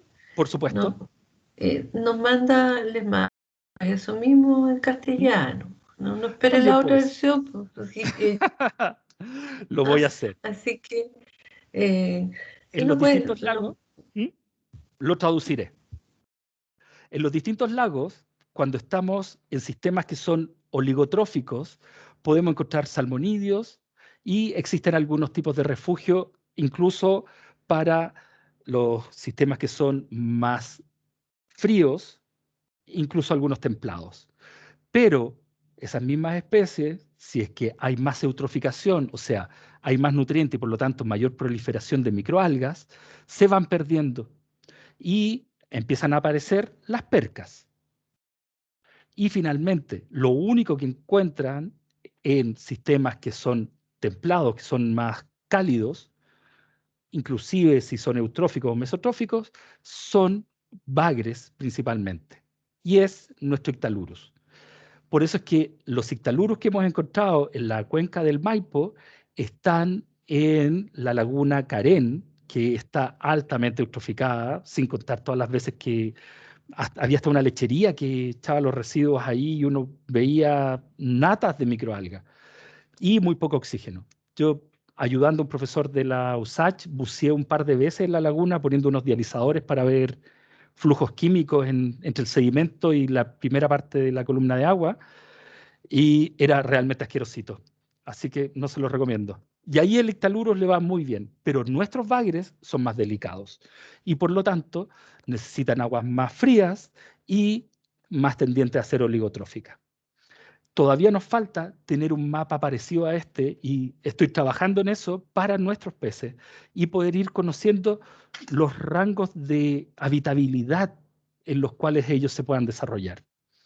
Ahí les puse un ejemplo del nicho que son estos macroinvertebrados, dípteros muy bonitos como los Blepharioseridae, algunos quironómidos muy feos, perdón, no me gustan mucho, pero son indicadores de aguas que tienen poco oxígeno, tienen un elemento muy parecido a la hemoglobina que les permite estar en aguas prácticamente anóxicas. Ahí tenemos otro organismo en la parte más baja, las eglas, las pancoras, también tienen categoría de conservación y nos pueden servir para proteger algún sistema. Las pancoras y Los crustáceos decápodos como el Cryphius camentarius o el Samastacus también pueden ser buenas banderas para la protección de algunos sistemas. Y pienso principalmente en el Samastacus y el Parastacus, que son camarones de vegas. Y por lo tanto podemos encontrarlo en humedales que no tengan tanta agua, sino que sean suelos más saturados. Para que no pensemos que no hay organismos ahí escondidos donde no los vemos. En términos de la labor en el ecosistema, los peces son sumamente relevantes. Son flujos de energía, de materia. Si lo pensamos en los peces que se mueven a la parte alta, son energía que retorna a las cabeceras de los ríos en forma de pez, porque se alimentó de los macroinvertebrados que cayeron por deriva hacia la parte más baja, pero cuando se fueron a reproducir, se van a la parte más alta. En el caso de la entrada de los salmonídeos en el sur, muchos mueren y por lo tanto tenemos un aporte energético que es sumamente importante para la vegetación lateral, para las aves, para algunos mamíferos, entre otras cosas. Por lo tanto, los peces son el vector energético que mueve esta materia contra la dirección normal que tienen los ríos. Van hacia arriba en la mayoría de los casos. Y pienso en los pejerreyes, en algunos bagres y en algunas especies introducidas que también son sumamente relevantes. ¿Cuáles son las grandes amenazas de los peces? Este mapa de las amenazas lo encontré hace muy poco y es relativamente antiguo, pero se va actualizando constantemente. Estas son las amenazas a los ecosistemas acuáticos continentales a nivel mundial. La parte de arriba que está chiquitito son las amenazas a la biodiversidad y el que tenemos abajo, que tiene más color de amenaza, está ponderado por la presión del agua que estamos haciendo nosotros los humanos. Y Chile es particularmente susceptible a esa presión, porque en la medida que nos vamos a vivir a lugares donde no había agua o estamos plantando especies que no son acorde a nuestra realidad, porque, seamos sinceros, llenarnos de cítrico en una zona semiárida no parece lo más racional, tampoco de palta. Aunque sea muy rica, nos gusten y todo, no es acorde a lo que nos está ofreciendo nuestra cuenca. Debiéramos tener cultivos de secano. Entre ellos, uno puede ver en el Huasco, están los olivos centenarios que tienen 150 años o más. Y ellos están bastante bien. Sin embargo, si es que trataran de poner otras especies, lo más probable es que se quedarían sin agua. Nosotros cada vez que exportamos palta, cada vez que exportamos cítricos, lo que exportamos no es solo ese material, es agua. Es nuestra agua la que estamos llevando a otro lado. Y estamos presionando nuestros ecosistemas, dejándolos casi sin agua, o en algunos casos literalmente sin agua, para exportar esos elementos. Grandes amenazas, los canales. ¿Te puedo interrumpir? Por ¿Puedes supuesto. volver un segundito al anterior? No me quedó claro esos mapas porque la amenaza, me imagino que en rojo, en rojo, Mientras ¿no? más rojo, más amenazado. Ok, ya que me estaban preguntando. Desde el celeste, el azulito, esto es como un termómetro. Ah, ok, Azulito, frío. perfecto, No estoy tan amenazado. perfecto. Rojo, muy amenazado. ¿Se fijan la zona de África? Si es solo la amenaza a la biodiversidad, está en términos intermedios. Pero si a eso le suman la amenaza que es derivada del uso del agua, queda todo en naranjo y amarillo. Porque es una zona altamente presionada por el consumo. Y si nos vamos a Chile, nosotros estamos casi en verde en términos de biodiversidad, excepto en la zona central, y pasamos a amarillo sin ningún problema cuando le agregamos la presión que estamos ejerciendo por el agua. Y estamos viendo cosas que son como de locura, porque finalmente venden parcelas en la cuarta región, en lugares de secano, donde nunca ha habido agua, pero venden parcelas por todos lados y claro, hay que repartir agua en camiones aljibe y otras cosas. Nosotros como que luchamos contra la naturaleza y la naturaleza nos está diciendo cuáles son sus habilidades o sus capacidades en algunos sectores. Pero uno va a Calama y hay gente regando su jardín. Cuando no vas a tener rosas, o si las vas a tener va a ser con un costo energético muy alto. Entonces, seguimos presionando al LOA, que cada vez tiene menos agua. Debiéramos cada vez desalinizar más agua, pero ahí vienen los costos. Entonces, la presión por el agua va a ser nuestro gran tema. Ya lo es. Ojalá que existan los cambios constitucionales que nos permitan ya tenerla como un recurso de todos y no un recurso de algunos. Ojalá que vayamos navegando hacia ese lugar. Sin embargo, como les mencionaba, eso también debiera ir de la mano de un ordenamiento. Que yo tenga agua no implica que me pueda poner a cultivar paltos donde está todo seco, porque le estoy quitando el agua a la gente, le estoy quitando el agua al ecosistema, de una u otra forma. Es un recurso muy limitado. Entonces, lo que les mencionaba, la canalización genera fragmentación del hábitat. Lo que les dije con el discontinuo del río, tenemos nuestros ríos totalmente descontinuados, porque hay bocatomas chicas, bocatomas grandes, grandes embalses en algunos casos. ¿Mm? Los embalses son el cambio de un sistema lótico, o sea, de un río, a un sistema léntico, con mayor acumulación de nutrientes, aumento de temperatura, zonas anóxicas. Y los peces, si son de río, la mayoría de las veces no les gustan los lagos o no viven en ellos, no son capaces de habitar estas nuevas zonas. Y tal vez la parte más importante, porque una cosa es que le quitemos parte del hábitat. Sin embargo, aguas abajo de los embalses, tenemos regulación total de los caudales. A la izquierda tienen el hidrograma típico de un río, donde hay pulsos, donde aumenta la cantidad de agua que está pasando, ya sea en invierno, sea en verano, o tiene dos picos. Y a la derecha tienen como esas aguas abajo si es que tenemos una represa que genera totalmente aplanado, con menores caudales. Tal vez en términos del caudal medio anual sea el mismo, pero esa dinámica plana le quita hábitat, comúnmente el hábitat de reproducción que necesitan las zonas laterales cuando vienen las grandes avenidas de las especies, permite que algunas especies exóticas les empiece a ir mucho mejor porque está aplanado y no tiene las perturbaciones regulares que iría liberando el sistema. Entonces, tenemos un impacto directo por el cambio de río a lago o embalse y aguas abajo, un cambio total en términos del régimen hídrico.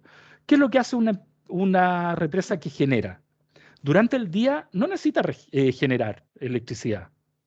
Desde las 5 de la tarde hacia adelante genera. Por lo tanto, tiene un pulso diario que es dejar con muy poca agua durante el día y en la noche el río crece. Dinámicas diarias en lo que teníamos antes una dinámica durante todo el año. Todavía es parte de la señal que conocía, sin embargo, ahora la tiene en una escala diaria en vez de una escala anual. ¿Qué es lo que pasa habitualmente? Un río que está sano en términos de su regulación del caudal, mantiene peces porque hay una concentración de oxígeno adecuada, los peces se mueven en las distintas zonas, buscando lugares de alimentación, buscando lugares de reproducción. La vegetación de ribera está bastante bien y por lo tanto tenemos un dosel que impide tanta radiación y la temperatura no sube tanto. Los insectos se alimentan de la materia orgánica transportada, la materia alóctona, y por lo tanto podemos encontrar varios tipos de aves, algunas que se alimentan de peces, otras que ocupan la vegetación, una mayor diversidad. Pero cuando tenemos disminuciones de caudales, disminuye el hábitat y por lo tanto los peces están sobrepoblados. Tenemos tal vez la misma cantidad de peces, pero apiñados. La vegetación de ribera se va marchitando y posteriormente secando.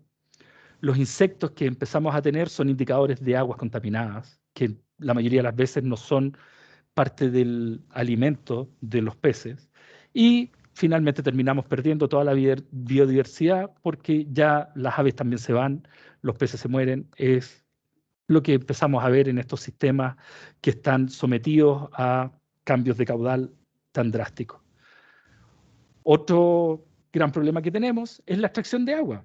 En los sistemas lénticos como los del altiplano, donde habitan las orestias y los bagrecitos, llenos de pozos donde secan los bofedales y las vegas para la extracción de algunos procesos habitualmente mineros. Esto genera desconexión de lo que tenemos como agua superficial con el agua de las napas. He visto más de una vez donde la medida de mitigación es poner una cañería de la misma agua que están sacando en los pozos más arriba para mantener lo que es un espejo de agua, pero de una forma totalmente artificial. Eso ya no es un ecosistema, o si es que es un ecosistema bonsai, donde nosotros tenemos regulado todo y finalmente ya no se mantiene la misma biodiversidad. Y los peces que habitaban, muchas veces orestias, porque esto es típico de los sistemas altiplánicos, desaparecen y no vuelven. ¿Qué pasa en los sistemas costeros? Y este era el que conversábamos la otra vez y nunca te mandé, Lili, lo siento. En las zonas costeras, ¿cómo se forman las lagunas costeras? En la mayoría de los casos es por el flujo de agua subterránea que choca al llegar a la masa de agua salada y ese choque genera una surgencia. Y por lo tanto, fluye el agua dulce hacia la parte alta, generándose estas lagunas. El agua salada es más densa y por eso siempre va a ocupar la parte de abajo y lo que va a fluir es agua dulce. Estas lagunas costeras han ido desapareciendo y todos lo hemos visto, los que viajamos hacia el norte por carretera, cada vez están más chicas, cada vez están más eutróficas, porque cada vez tenemos más pozos de extracción en la parte alta. Y por lo tanto, la fuerza que tenía esa agua subterránea ahora es la mitad, o un tercio, o quizás menos. Y por lo tanto ya no está aflorando esa agua con la misma fuerza y se queda en un nivel mucho más bajo. ¿Se puede interrumpir ahí? Cortito, porque estamos repasados. Pero es ahí donde esas microcuencas están igual las plantas hidrófitas y por lo tanto esto es uno de decir que todas las playas son humedales cuando está presente estas plantas hidrófitas como son la Ficina nodosa, otros junquillos y etcétera, etcétera. Okay. Y hay que recordar que bajo la visión de Ramsar, toda la zona costera es un humedal, incluso el agua salada.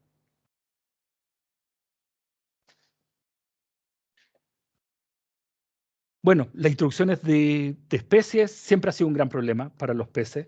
Ahí hay una carpa negra en Estados Unidos, muy, muy grande, 522 kilos, 1,6 metros. La introducción de peces ha traído consigo dos cosas. Una, la pérdida directa de especies nativas y por otro lado, una homogenización de la biodiversidad a nivel mundial. Rahel, hace como unos 10 años, dijo que el gran problema está que cada vez nuestras ecorregiones se parecen más entre sí, aun cuando debieran ser distintos. Por el simple hecho de que tenemos truchas en todos lados, tenemos carpa en todos lados, tenemos pejerrey argentino en todos lados. Por lo tanto, nuestra biodiversidad ya no es tan única y vamos perdiendo nuestra identidad. En el caso chileno, el efecto de la fauna introducida, aquí un trabajo que publicamos hace mucho rato con la profesora Irma, el 2009, hicimos experimentos de tener pejerreyes, entre ellos, el 2S es que hay 2 pejerreyes, 6S, 6 pejerreyes, y el 2S4T son 2 pejerreyes y 4 truchas. Esas 4 truchas del mismo tamaño los pejerreyes. Por lo tanto, no es un problema de que se los vayan a comer. ¿Pero qué encontramos? Después de algunas semanas, si tenemos 2 pejerreyes o 6 pejerreyes, da lo mismo. No hay un cambio ni en el peso ni en el contenido estomacal, pero cambiar 4 pejerreyes por 4 truchas significa que los peces empiezan a perder peso y además no les encontramos en el estómago comida, porque la trucha es agresiva y no deja comer al pejerrey y lo empieza a relegar a zonas de peor calidad alimenticia. Y por lo tanto, va perdiendo peso, le va cada vez peor. En términos de la cascada trófica, se ha encontrado que el efecto de exclusiones son muy marcadas en los ríos, donde no me voy a centrar tanto en el trabajo de Mary Power por la hora, pero les voy a mostrar parte de la cascada trófica, lo que nosotros hicimos en el río Clarillo. Nosotros hicimos encierro en el río Clarillo, sacamos todas las truchas, sacamos más de 200 truchas de 100 metros. De 100 metros de río sacamos 200 truchas grandes. Hicimos estos encierros, sacamos todas las truchitas y vimos qué es lo que pasaba después de algunas semanas. ¿Qué encontramos? Después de 2 semanas de experimento, empezamos a encontrar pejerrey que no habíamos encontrado, encontramos bagres que tampoco habíamos encontrado, y aparecieron algunos macroinvertebrados que son depredadores tope dentro de la trama. Yo no creo en la generación espontánea, se darán cuenta. Entonces los pejerreyes estaban, pero estaban escondidos. Los bagres estaban, pero estaban escondidos, relegados a lugares de peor habitabilidad por las truchas. Y, tal vez más importante, como un efecto en la cascada trófica, al desaparecer las truchas, aumentaron los macroinvertebrados que se comieron las microalgas que estaban generando bloom en el fondo del cauce. Teníamos esa como especie de mucosidad que no es didymofenia, pero son unas clorófitas que generan algo muy parecido, y empezaron a aparecer macroinvertebrados que se empezaron a comer eso. Y por lo tanto, las zonas que habíamos excluido las truchas, teníamos fauna nativa, peces nativos, y teníamos menos cantidad de esa mucosidad de microalga. Un efecto en el ecosistema como un todo. Bueno, también junto con introducir especies, a veces esas especies traen algunos parásitos. Y en Bolivia se cree que la introducción de algunas de los pejerreyes y de las truchas trajo consigo un parásito que generó la mortalidad de la Orestia ispi. Nosotros también hemos encontrado evidencia de parasitismo. Esta trucha, si se fijan en esa parte morada, es un clásico parásito de truchas, pero como la trucha se reproduce tanto, como que no le afecta. Sin embargo, aquí una perca negra, que se reproduce mucho menos, son afectadas y genera mortalidad. Ahí tenemos un diplomistes también, que tiene una especie de hongo en la aleta. Esto ha sido estudiado y se ha encontrado un Myxobolus que genera quiebres en la columna vertebral de los peces. Es como una muerte bien siniestra al final del rato. Aquí tenemos parte del ciclo de vida del Myxobolus, que es lo que nosotros creemos que hemos encontrado en las percas negras y en los diplomistes.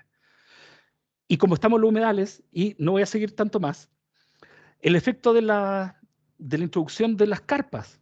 Las carpas está demostrado que son capaces de llevar al estado de aguas turbias los humedales, las lagunas costeras, entre otras, porque generan resuspensión del sedimento, aumentando la cantidad de nutrientes dentro de la columna de agua y proliferando las microalgas. Una vez que las microalgas generan el efecto paraguas, las plantas que estaban en el fondo no son capaces de hacer fotosíntesis, se mueren, liberan los nutrientes que ellas tenían atrapadas y las microalgas les empieza a ir cada vez mejor. Lamentablemente, las microalgas uno pensaría, ay, pero si las microalgas hacen fotosíntesis, están produciendo oxígeno. Las microalgas en la noche respiran, consumen el oxígeno y se mueren casi todos los organismos que necesitan respirar dentro del ecosistema acuático, excepto las carpas, que salen a respirar como sale en esa linda foto. Ha demostrado que la presencia de carpas altera la biodiversidad de anfípodos, de plantas acuáticas, incluso de insectos como los tabánidos, que son parte de los dípteros, disminuyendo radicalmente qué es lo que pasa en el ecosistema. Y la última, esta sí que es la última diapositiva, ¿qué es lo que hacemos en Chile? Siempre lo pongo de ejemplo porque a mí me duele el estómago solo de verlo. Esto está cortado de la página web del Ministerio de Salud. ¿Qué estamos haciendo en Chile para impedir la introducción del dengue?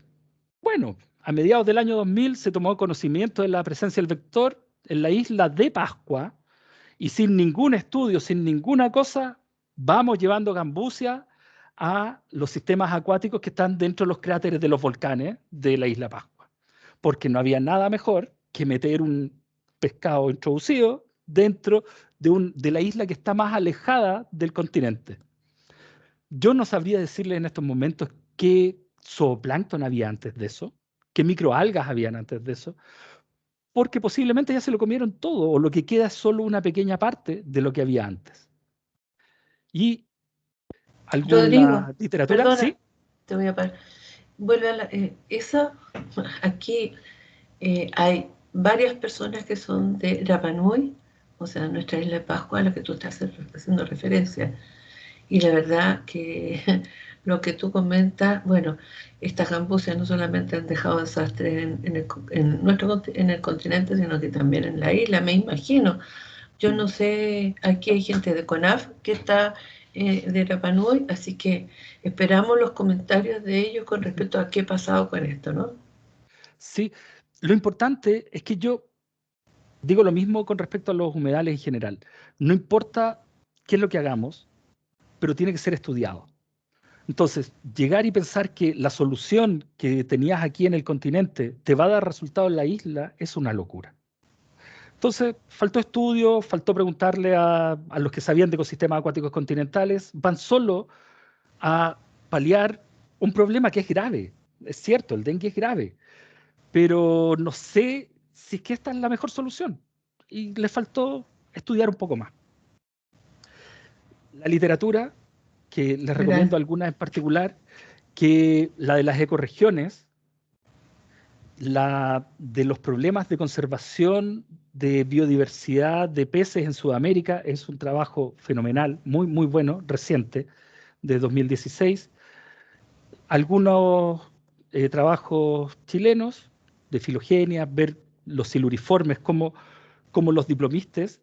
Si se fijan, el título del paper que está ahí arriba dice las relaciones filogenéticas entre los no diplomístidos, entre los peces no diplomístidos, porque los diplomistas ya saben que son basales, entonces ya lo sacan del juego filogenético, ya lo tienen más que claro. Y eso, el último mensaje, que va de la mano con lo que les decía de las acciones que tenemos dentro de nuestros ecosistemas, y tenemos que considerarnos parte del ecosistema. Pero todo lo que nosotros tenemos que hacer es conocer antes de hacer cualquier cosa. Tenemos que entender nuestro ecosistema y nos falta mucho. Entonces, hay veces que es mejor quedarse inactivo y no hacer nada antes de mandarse una embarrada más o menos grande. A estudiar, a conocer más nuestros sistemas, que es la única forma de quererlos. Nunca vamos a querer algo que no conocemos. Lo que yo les decía a los peces, como mucha gente pensaba que no habían peces, vamos introduciendo peces. Conocer, comprender y cuidar. Eso. Y Eso era lo que les amarlos, quería presentar hoy día. y amarlos. Bueno, Por supuesto. muchísimas gracias. Estamos muy pasados en la hora, la Lo siento. gente seguro está ya se han retirado algunos y te agradezco enormemente, Rodrigo, tu clase, como siempre, dando todo de sí, de tu gran expertise y tu gran trabajo que estás haciendo día a día. Así que muchísimas gracias, un abrazo para todos, grande, grande. Nos vemos mañana a las 6 de la tarde. Te manda muchas gracias, Rodrigo, excelente trabajo. Por favor, prendan todas sus cámaras para que saquemos una foto. Un aplauso para Rodrigo, de verdad que es Muchas impresionante gracias. todo lo que nos ha hablado de a veces esos peces que no se los coman los nativos. Ya, por favor. Ya. Y no, Están todos cómanse protegidos. todas las truchas, vayan a Por sacar, favor. voy a hacer una campaña, se me acaba de ocurrir hacer una campaña para sacar las carpas. Qué horror, qué horror. ¿Ah? Así que sí, pongámonos todos en campaña, hagamos una campaña para eliminar las carpas, para que nuestros peces puedan seguir viviendo. Nuestros 147 o 144 peces nativos que son representantes desde hace millones tendrán de años. Llevan bastante rato aquí. Muchos quedaron atrapados cuando se Pero levantó la cordillera de los Andes. más o menos, Son del sí, Cretáceo, 120 millones, por ahí. 120 millones de años, o sea, nosotros no somos nada. Así que, bueno, un abrazo a todos. Gracias, Rodrigo. Abrazos a todos. Amar tenemos que conocer para que podamos amar. ¿Ok? Sí. Que estén muy bien. Muchas gracias por la paciencia. Lamento haberme alargado tanto, pero cualquier cosa, María dudas, mi correo está. Francisca, la Nicole, estoy viendo, Catherine,